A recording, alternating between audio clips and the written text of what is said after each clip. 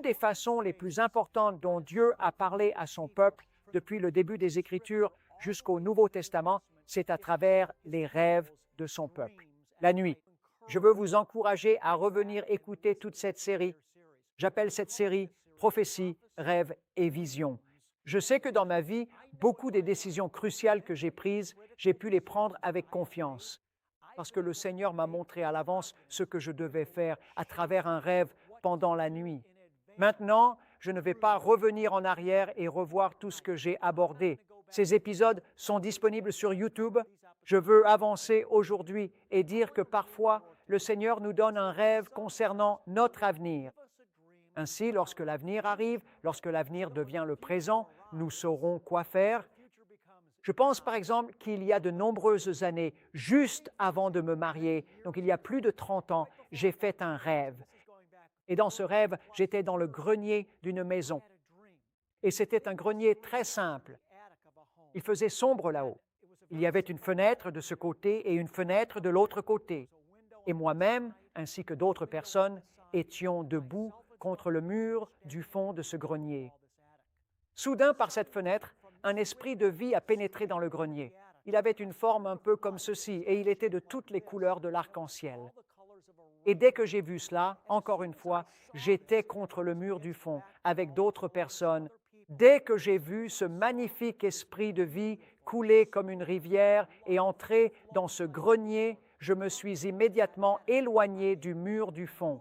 Je me suis approché de ce bel esprit de vie. J'ai suivi l'esprit jusqu'à l'endroit d'où il était entré dans la pièce. J'ai passé la tête par la fenêtre d'où il avait pénétré dans la pièce. Et lorsque j'ai regardé dehors, mon bien-aimé, il y avait de la couleur partout. C'était une éternité de couleurs. J'ai ouvert les bras dans le rêve. J'ai dit, viens vivre en moi. Et puis immédiatement, j'ai entendu le mot éternité dans mon âme, tout au fond, très profondément en moi. Aussitôt, le rêve a changé. Je me suis retrouvé à regarder par l'autre fenêtre, celle qui se trouvait de l'autre côté de la pièce. C'était juste le chaos. Toutes sortes de choses flottaient devant la fenêtre. Je ne vais pas entrer dans l'interprétation de cela pour l'instant. Puis, bam, le rêve a de nouveau changé. Dans la troisième et dernière phase du rêve, je marchais dans une rue simplement en paix. Et alors que je marchais dans la rue, je suis arrivé devant un accident de voiture. Et alors que je m'approchais de la voiture qui avait eu l'accident, il y avait un homme africain et la porte arrière du côté passager s'était ouverte brusquement. C'est là où il était assis et son corps était à moitié allongé hors de la voiture et l'autre moitié était encore à l'intérieur. Il était encore entier. Mais la porte était grande ouverte. Et la moitié de son corps, son torse supérieur, était sur la chaussée, tandis que de la taille vers le bas, il était encore à l'intérieur de la voiture. Et lorsque je suis arrivé près de cet homme africain, je l'ai regardé et il était gravement brûlé. Et sans réfléchir, sans ego, sans essayer de faire quoi que ce soit, très simplement et authentiquement, j'ai juste tendu la main vers lui. Et alors, ces couleurs que j'avais demandé à venir vivre en moi dans la première phase du rêve, ces couleurs sont sorties du bout de mes doigts, sont venues sur le corps de l'homme africain et l'ont guéri de ses brûlures. Et puis le rêve s'est terminé. Cela s'est passé il y a plus de 35 ans. Mais quand cela est arrivé, j'ai su que c'était un rêve venant de Dieu et j'ai su que Dieu m'appelait à un ministère de guérison. Pour l'Africain, au début, comme je n'étais jamais allé en Afrique, je pensais que cela concernait simplement les Afro-Américains. Mais ensuite, ce qui s'est passé, c'est que, il y a moins de 10 ans, j'ai reçu un appel de quelqu'un en Haïti me demandant de venir et de servir en Haïti. J'ai prêché l'Évangile en Haïti et j'ai littéralement vu des milliers de personnes courir vers l'avant pour recevoir Jésus comme leur Messie. Et les Haïtiens sont composés principalement d'Africains qui avaient été amenés là-bas pour être esclaves. Et donc la population haïtienne, en fait, a des racines africaines. Et à partir de là, j'ai vu Dieu commencer à ouvrir des portes, m'ouvrant des opportunités pour voyager en Afrique. Nous avons été dans de très nombreux pays là-bas. Comme beaucoup d'entre vous le savent, je ne peux même pas tous les compter. Mais le Seigneur m'a montré il y a plus de 35 ans, dans un rêve, que lorsque ces opportunités se présenteraient en Afrique, je devrais franchir ces portes parce qu'il m'avait donné un ministère de guérison pour les Africains. Parfois, Dieu te montre ton avenir à l'avance dans un rêve, afin que lorsque ton avenir se présentera, tu sois prêt et que tu franchisses cette porte. Et certains d'entre vous, en ce moment, peuvent peut-être se reconnaître dans cela. Vous penserez à quelque chose. Le Seigneur vous a montré votre destinée bien avant qu'elle n'arrive, et la raison pour laquelle il vous l'a montré, c'est que lorsque votre destinée viendrait, vous puissiez franchir cette porte avec confiance. Bien-aimés, ce que je veux souligner dans cette série, c'est que Dieu parle à son peuple à travers les rêves. Nous devons écouter, nous devons prêter attention et nous devons agir en conséquence. C'est l'un des moyens les plus courants.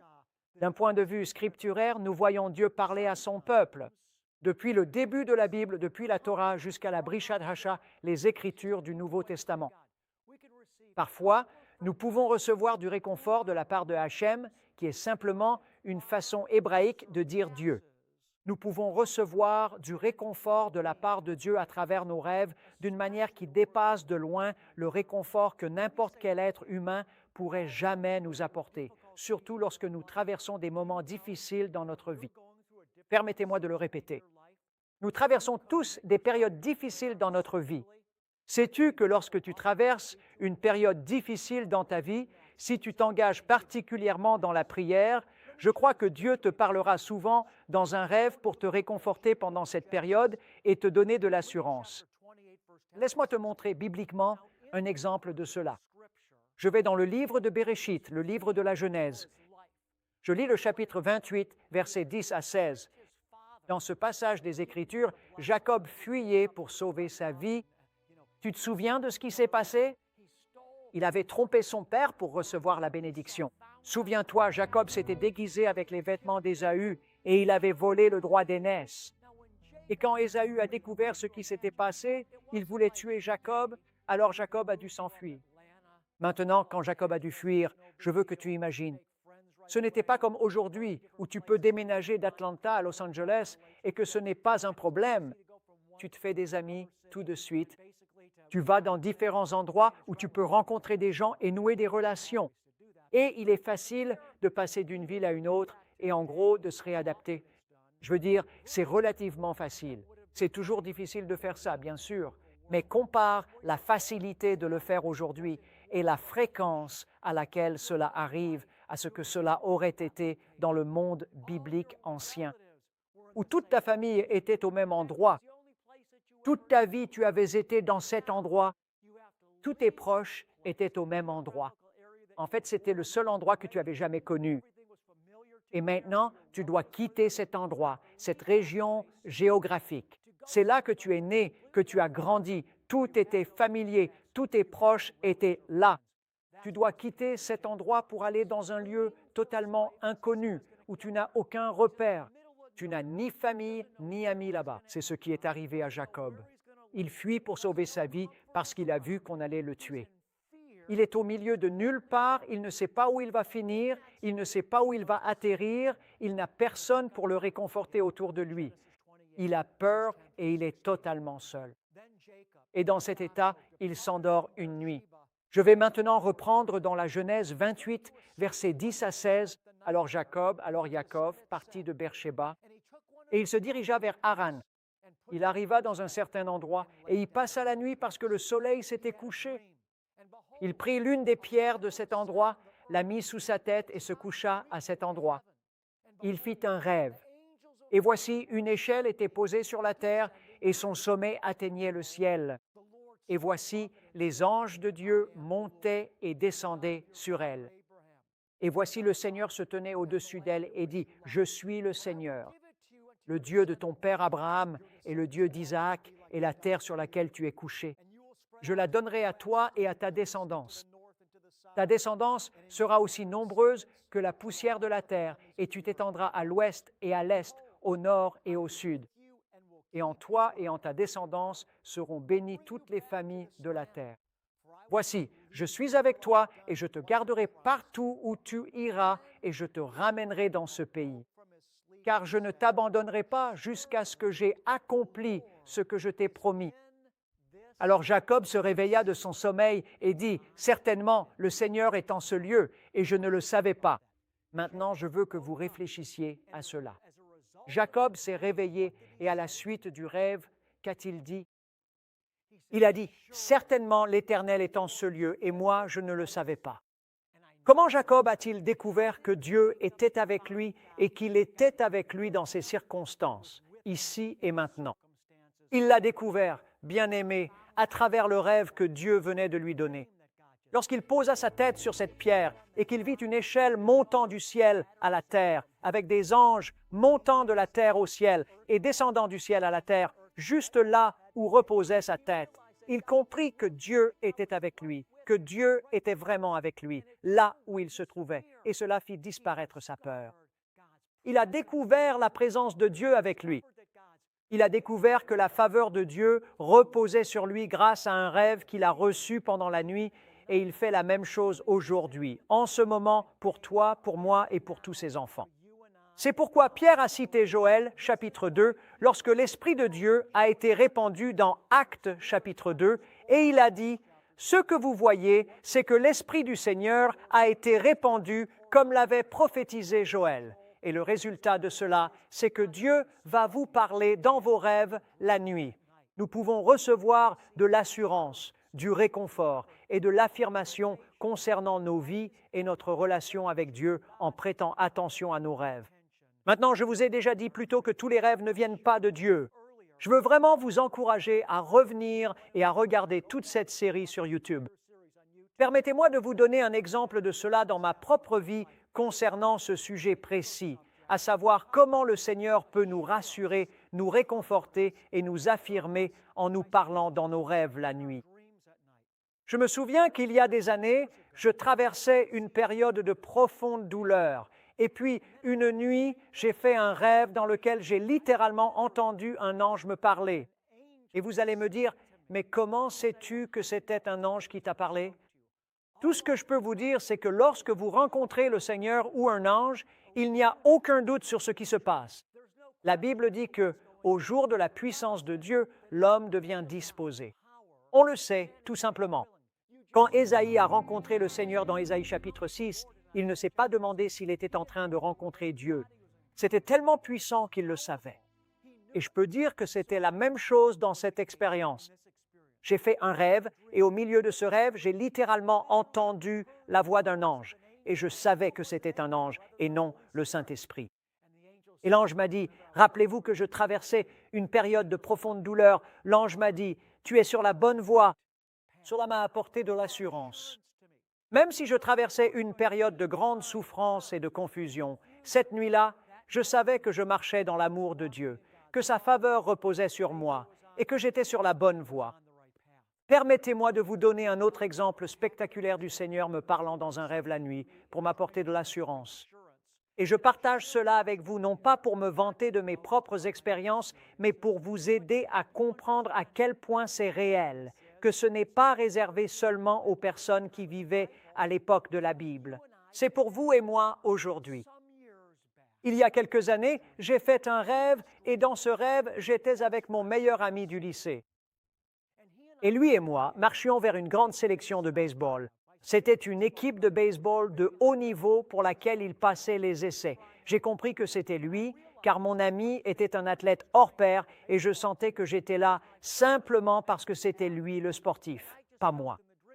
Donc, nous marchons vers cette sélection de baseball et nous arrivons devant l'entraîneur qui organise les essais et tout à coup, l'entraîneur me regarde. Et je me dis, mais pourquoi il me regarde, moi? C'est mon ami l'athlète. J'étais plutôt un athlète unidimensionnel. Je savais lutter, c'est tout. Mon ami, lui, était un athlète complet. C'était un excellent joueur de baseball, de basketball, de football américain. C'était vraiment un véritable athlète accompli. Mais tout à coup, nous arrivons devant cet entraîneur de baseball qui fait passer des essais. Et l'entraîneur me regarde. Et il m'a dit, « Tout ce qui s'est passé dans ta vie jusqu'à présent, c'est du passé. Mais à partir de maintenant, je vais t'observer pour décider si je vais te mettre, en s'adressant à moi, dans les ligues majeures. » Et puis le rêve s'est terminé. C'était donc un rêve assez étonnant parce qu'au début du rêve, je marche avec mon meilleur ami, l'athlète, et je suppose que c'est lui qui va passer l'essai pour cet entraînement de baseball car je ne fais que l'accompagner, c'est lui l'athlète. Puis nous arrivons devant l'entraîneur et l'entraîneur me regarde, me dit qu'il va m'observer pour décider s'il va me mettre dans les ligues majeures. Encore une fois, le rêve se termine à ce moment-là. Je tiens un journal de rêve et je vais vous expliquer comment faire à la fin de cette série. Et j'y note les rêves que j'estime venir de Dieu. J'ai donc noté ce rêve. J'ai prié à ce sujet. Je ne savais pas ce que cela signifiait, mais je l'ai consigné. Environ un an plus tard, je relisais mon journal de rêve pour le nouvel an. Je relis toujours mon journal de rêve au début de l'année pour voir comment Dieu m'a parlé l'année précédente. Et alors que je parcours mon journal de rêve, tout à coup, je tombe sur ce rêve. Je l'avais oublié. Et souvenez-vous, dans le rêve, l'entraîneur me disait, « Je vais t'observer à partir de maintenant pour décider si je vais te mettre dans la Ligue majeure. » Alors quand j'ai lu cela, j'ai immédiatement ressenti un sentiment d'échec parce que je connais toutes les pensées égoïstes que j'ai, les moments où je peux devenir frustré, les moments où je suis égocentrique ou centré sur moi-même, les pensées d'accusation que j'ai. Voyant que l'entraîneur allait m'observer, lui qui symbolise le Seigneur, nous en reparlerons la semaine prochaine sur la façon dont il parle en symbole, j'ai relu mon journal de rêve. Quand j'ai vu qu'il devait décider de mon passage en Ligue majeure, je n'y croyais plus. Je me sentais vaincu. J'ai dit, il n'y a aucune chance que j'y sois arrivé. Il n'y a aucune chance qu'il me promeuve dans la Ligue majeure. Je n'avais même pas une prière. Mais dans le désespoir, je dois l'admettre, il m'arrive parfois de faire ça. Je dis, Seigneur, je ne recommande pas ça. Et Dieu n'est certainement pas obligé de parler de cette façon. Je suis simplement authentique avec vous. Parfois, dans le désespoir, je dis, Seigneur, si tu dis cela, alors que mon doigt tombe sur un X, et si tu dis ceci, que mon doigt tombe sur un Q. Ce n'est donc certainement pas une méthode infaillible, mais il arrive que Dieu condescende à nous parler et à nous rencontrer dans notre propre humanité. Alors je dis, Seigneur, si j'ai réussi à aller en Ligue majeure, que mon doigt tombe sur un X, et si je n'y suis pas arrivé, que mon doigt tombe sur un Q. Encore une fois, j'ouvre ma Bible au hasard. Donc tout à coup, je suis prêt à ouvrir les yeux et à voir que mon doigt est tombé sur le Q, que je n'ai pas réussi. Et tout à coup, je regarde où mon doigt est tombé. Il n'est pas tombé sur un X, il n'est pas tombé sur un Q. Mes chers amis, il est tombé sur le mot majeur. J'étais stupéfait. La question était, Seigneur, si j'ai réussi à aller en Ligue majeure, que mon doigt tombe sur un X. Si je n'y suis pas arrivé, que mon doigt tombe sur le mot Q. J'ai mis mon doigt au hasard dans la Bible. Il tombe sur le mot majeur. J'étais stupéfait. J'ai dit, oh mon Dieu, je ne savais même pas que le mot majeur était dans la Bible. J'utilise donc une version New American Standard. Je suis allé sur BibleGateway.com, j'ai tapé le mot majeur. Combien de fois le mot majeur apparaît-il dans la Bible? Il est indiqué 3 fois. Je regarde les 3 occurrences où il apparaît. 2 des 3 fois, ce n'était pas le mot majeur, c'était le mot majorité. Une seule fois sur environ 750 000 mots dans toute la Bible, le mot majeur est utilisé. Une fois sur 750 000. Comment tout cet incident est-il arrivé? C'est arrivé lorsque le Seigneur m'a parlé dans un rêve, disant qu'il allait m'observer pour déterminer s'il allait me mettre dans les majeurs. Puis il me l'a confirmé presque 1 an plus tard qu'il l'avait fait, et j'ai été stupéfait, parce que je n'ai pas l'impression de le mériter, ni d'y être arrivé, ni que je sois, vous savez, Dieu est tellement plus tendre envers toi et moi que nous ne le réalisons. Il est bien plus doux que ce que nous comprenons. David a dit du Seigneur, « Ta douceur m'a rendu grand. » Bien-aimé, Dieu a tout orchestré à partir d'un rêve. Dieu nous encourage et nous affirme, tout comme il l'a fait avec Jacob, à travers nos rêves la nuit. La question est, bien-aimé, est-ce que toi et moi faisons attention? Allons-nous entendre? Allons-nous prêter attention? Allons-nous écrire nos rêves pour ne pas les oublier? Et allons-nous les relire afin d'en tirer tout le bénéfice? Je vais prier pour vous à la fin de cette série afin que Père Dieu ouvre vos oreilles et vous aide à mieux l'entendre dans vos rêves la nuit.